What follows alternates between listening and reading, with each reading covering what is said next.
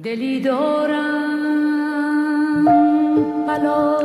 آقا سلام، عرض ادب و ارادت. آقا کاسه باش بیان به من بگن چطور. من 20 روز پیش یکی از دوستام زنگ زده، میگه آقا میشه یک گوشی S24 FE به من بفروشی و یه تکی 20 روزه از من بگیری؟ گفتیم باش.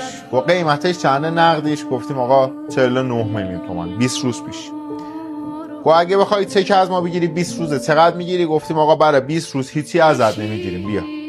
گفت گوشی هم نمیخوام، گوشی پیش خودت باشه، تکه پاس شد میام گوشی هم میبرم. گفتیم باشه آقا مشکل نداره. اومده تک به من داده 20 روزه. دیروز به من زنگ زده میگه آقا میثم بخوام این گوشی رو بفروشم میخری؟ میگم آره.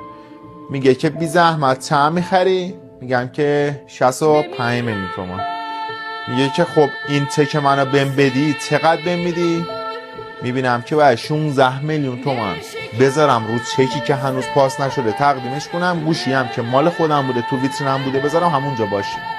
مملکت اصحاب کفیم ما، کجا داریم زندگی میکنیم؟ شب میخوابی دلار 120 تومنه، صبح بیدار میشی 122 تومن. کجای دنیا این شکلیه؟ آقا بده به